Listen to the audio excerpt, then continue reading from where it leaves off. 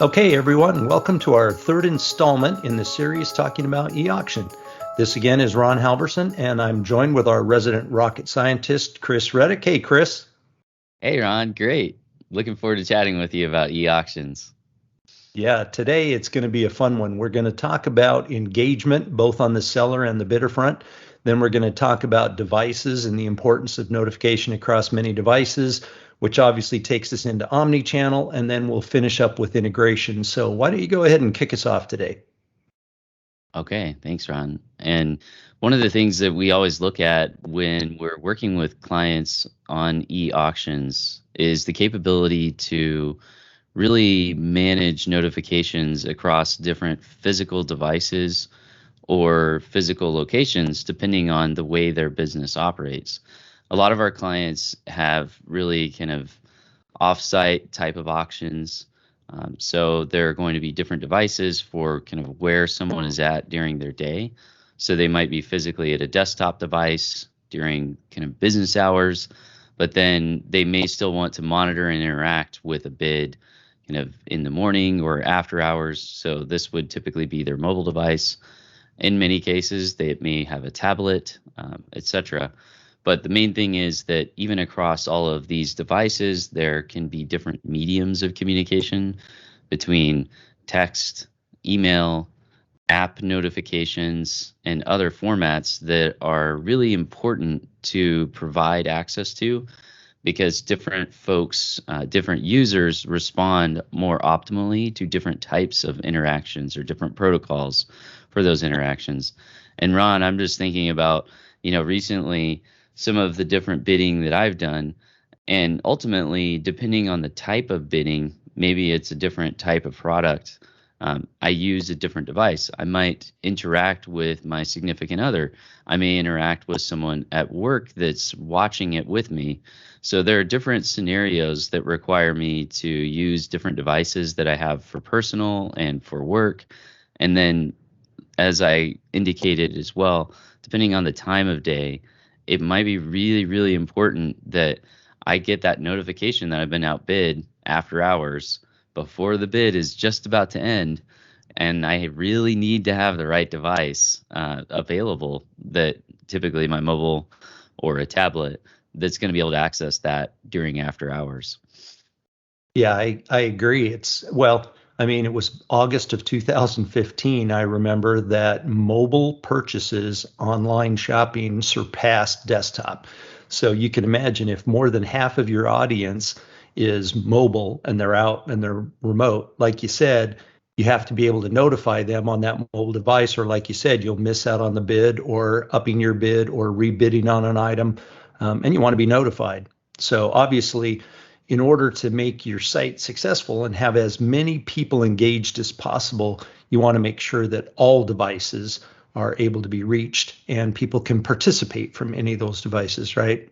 That's exactly right. And one of the important pieces of the multi-device functionality is that we don't annoy the user either. So there's a part of engagement that goes into optimizing the experience and really optimizing the ease of access to control that experience. So most of our users really strongly prefer to have the ability to, during a bid, during an important bid or an auction that they're watching, be able to set what kind of notifications they receive for that particular auction. So if they're making a bid and they're concerned about it, they can then change the settings right there. If they're working on an auction that they really want to watch, then they can set the settings for that particular auction. So really scoping of the notifications is also very important. The other thing that I would say in general is the concept of being able to kind of collect different data at different times, and instead of having to monitor things proactively. And this is really one of the most powerful aspects of e-auctions, is being able to take advantage of the list of users who are really interested in what the auctions are, and they may have a very strong desire to participate if only they're notified. So this is really a key aspect tactically for your e-auction site, is setting up the right level of notifications per user.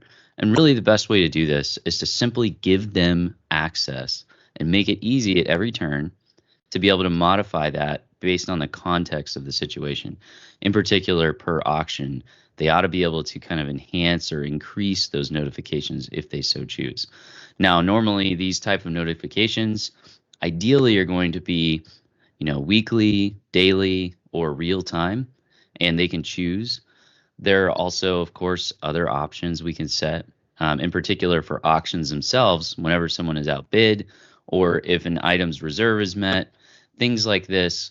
If there's some kind of a question that someone has asked, or maybe some additional information that might change the actual, kind of materially change the actual auction and the value potentially, these are things that we want to be able to notify the auction participants of immediately if they so choose. Yeah, I agree. And the thing is that with auction sites, especially, I mean, we've done e-commerce now for 16 years, right? And most of the time, most of the notifications don't necessarily have to happen in real time, right? Typically, you buy something on the storefront, you get a receipt. There's one notification. When something comes back into stock, that's about the only one that really comes in. But again, it doesn't necessarily have to be real time. But with auction sites, you have to have the full entire gamut, because when I set a max bid of $100 on an item, as soon as it gets outbid, I have to be notified immediately, because I have to go back and either rebid or I'll lose the item or up my max bid again, right? So I don't want to have to set that up. I don't want to have to think about that. I just want to go in and type a max bid of $100, and I expect that some of those notifications are auto set up. But then, as you said, there has to be really super configurable ones. For example, in the last, if you guys didn't attend series 2, I mentioned just a quick example about if investors in California and this auction site were about real estate, and those investors wanted, if they were looking at properties out here in Austin, Texas, they wanted to put in an alert that says, we called it a scout, for every property between 2,000 and 2,400 square feet, between $400,000 and $500,000 comes up at all, and notify them immediately they want to bid on every one of those properties. Then that one, as you just mentioned, is an extremely configurable notification, where others, like when I put a max bid in, there should be automated notifications. The other one you just mentioned is if a seller or a buyer, potential buyer, has a question and it's in the middle of the auction and it's almost near the end and I'm the seller, I want them to notify me immediately if you have a question so I can answer, so they'll want to participate and help bid my item up. So you're very on point with the fact that you've got to have a lot of real time, a lot of configuration. And then I think we also have to have a lot of implied and automated notifications to just come out of the box that users are going to expect. Agreed, Ron. And one of the things that I've seen a lot that might be particularly unique to the e-auction space as well is that some businesses have a really significant need to adjust their notification capabilities. Let's talk about a few examples. Number one, whenever you're dealing with something that's a high value item, there may be a key part of the process that has to happen before anyone can even bid. So one of the challenges with auctions is making sure that enough people actually participate in the auction. Basically, if there aren't enough participants, then unfortunately, even with all of the best auction systems and the best software that you could possibly use and the best auction items, the auction will be a failure.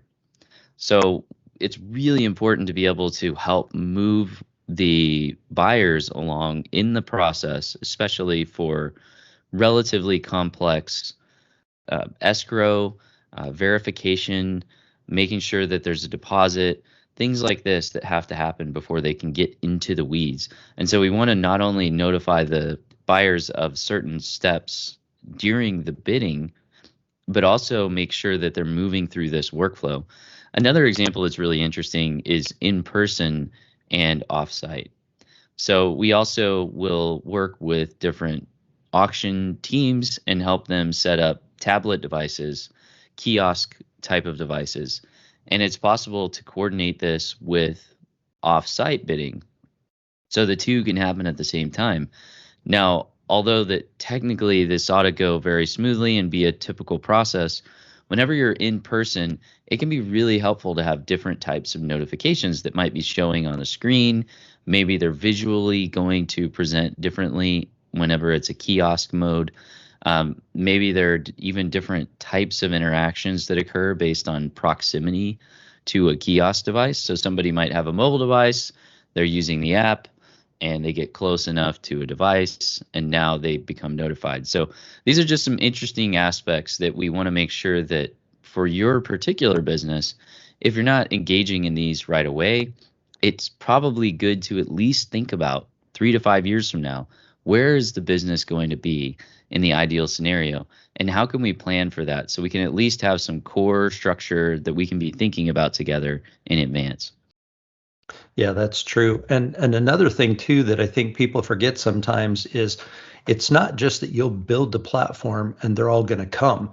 You literally have to get in front of them. That's one of the owners of the auction site. One of their responsibilities is to bring the buyers. So sometimes if you, especially if you have these high auction item types, as people register, as people bid, you might want to have the automatic subscription to future bidding of those same types of items as an option for them to opt into. So if I went in and bid, let's talk something, huge purchase, a Ferrari 250 GTB 4 cam, right? Multi-million dollar automobile. Well, if I went in and bid on one and I lost that auction and another one came up in 3 months, don't you think I'd want to be notified proactively? So if I went in and bid on one as part of signing up and bidding on that, there should be on that website an ability for me to either set a scout, like you'd mentioned last time, or to have an auto subscription into different types of distribution notifications so that a proactive notification can go out, a month in advance and start getting people excited for upcoming auctions and bring that audience. I mean, that's really what's going to make the site successful. So notifications isn't just in the midst of the auction and the bids and the notifications and the questions. It might be months in advance to, as Chris just mentioned, bringing the buyers along. Maybe bringing the buyers along is notifying more potential buyers so that they come in, get on the process, get pre-approved so that they can participate in the bidding, and you have many, many more attendees to bid on those items. Ron, I couldn't agree more. And the other piece of the notifications that can be really challenging for some auction platforms is just physically having the capability to work with different devices. In particular, there's some level of infrastructure and effort that's required to make sure there's a very valuable and effective web presence, progressive web application, PWA potentially, mobile applications, tablet applications that work natively on different mobile operating systems, and fundamentally being able to kind of persist this presence and this experience, the omnichannel experience across different devices, is actually a physical overhead for the business. So we encourage you when you're working with different vendors to be asking them the question, is this something that you already have? And is it set up in a way that it's going to be possible to optimally configure across these different devices? In other words, what's the architecture here? And just to use an example, there are some different kind of architectures for vehicles that would allow the vehicle chassis to be used for a truck, a Suburban, and a car potentially. Maybe it's going to be a pretty beefy car, but a single chassis and engine configuration with minor changes can be used for all three types of vehicles. Well, this is going to be massively, massively lower from an overhead perspective if it's truly effective, as opposed to having to make a new chassis and engine and all of the components for a truck, for a Suburban, and for a car. And it's really the same idea here. What we want to do is we want to be able to architect, and in our particular case, we're saying this is how we have done the architecture. And unfortunately, Ron, we had to learn some of this the hard way. But we did. You architect it so that you can use the same infrastructure, the same data, the same set of auctions, the same set of notification capabilities through these different devices. And then ideally, this concept, kind of the principle that applies here, is being able to make the minimal amount of changes and the minimal number of places while still persisting any changes across all mediums, all omni-channel and device kind of scenarios. So typically we're going to have a native delivery for mobile and tablet devices, but that native delivery is coming from a single source on the user experience side. And then for the PWA, the progressive web app, and the web application itself, for example, those being some of the standard delivery mechanisms, all of those are going to be what we refer to as a user interface. And that's going to sit on top of APIs, business logic, and data persistence. So kind of those three layers that are sitting behind the different user interfaces, those really shouldn't be different. Those should fundamentally be the same. And this is going to dramatically improve the omni-channel experience because literally our physical infrastructure is staying the same. Yeah, that's a great point. And sometimes, just to make a point, a lot of websites that we do don't have a native mobile app. Why is that? Well, because as you said, we've built the chassis to be fully responsive. And so the web interface or UI can adjust and handle the full tablet and mobile experience without having to have a native app. So potentially an auction site may not need a mobile app if you embed an SMS texting module with the web app so that the text and notifications can go out. But do you want to allow users on their phones to take pictures and post auctions? Do you want them to be able to pay with Apple Pay or Google Pay after an auction from their phone? Well, then obviously you need an app. So I think you're right on there where you really need to sit down and architect what your needs are for the platform, and that helps define what the technology is going to look like, doesn't it? That's exactly right, Ron. And that really brings us to a really interesting aspect of e-auctions. So typically, whenever we're working with clients, we're helping them to scale their business. What does this mean exactly? For us, this typically means that the clients have been working with something that may be a SaaS-based model, in particular, a multi-tenant solution that by its nature restricts their ability, unfortunately, because it's very commoditized and it's not focused on their particular business. Now, ultimately, this is going to drive a lot of the functionality for the application, but it can also restrict their ability to deliver integrations to their back office and to their overall business to fulfill any of the auctions, any of the auctions that they want to post, any of the interactions with partners who they work with. And so fundamentally, whenever we work with auction teams that are looking to grow their business, we want to project forward and look at where they're going to be over the next year, 3 years, 5 years, etc. And ultimately, one of the key drivers of success is being able to delight the customer. And we don't mean that in the cheesy sense of the phrase. What does that mean for your end customer? To literally delight them and make it so that their process and the ease of use of your auction site is above and beyond the competitors. Normally, this includes a significant amount of self-service and automation that's very intelligent and well thought out. And so in order to do that mechanically, this typically requires integration, the ability to integrate with the back office, both internally within the auction team itself, but also potentially with the sellers on the site, giving sellers access so that they can self-manage, and then giving them really opinionated guidance. So making sure that they're actually going to be following business logic and have certain requirements that they need to follow. Now, this essentially can be built in with a lot of the integrations. A lot of our integration capability can essentially automate some of the best practices with doing things like notifying the winning buyer that they not only have they won, but now this is the process after completing the winning bid. Here's the state of your item. It's actually being fulfilled right now. Just that simple question. Once somebody wins a bid, what is now going to happen? Once they win an auction, what's going to happen now? A lot of times there can be a gap in communication between that winning auction and then fulfillment, and that can cause a lot of customer sat issues. So the integration can really help with this by essentially providing self-service and immediacy as much as is possible to the actual buyer. And so they can see where things are at in the process as much as it's available.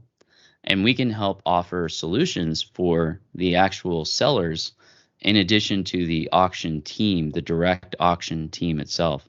And so this can dramatically help improve customer support, customer service by essentially allowing the buyers, allowing them to self-support, which is what they want anyway.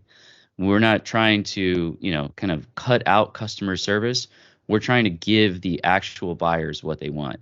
And they want immediate data. They want it to be easy, and they want it to be clear, and then they want to move on with their life. And similarly for the sellers really, they're trying to operate their businesses.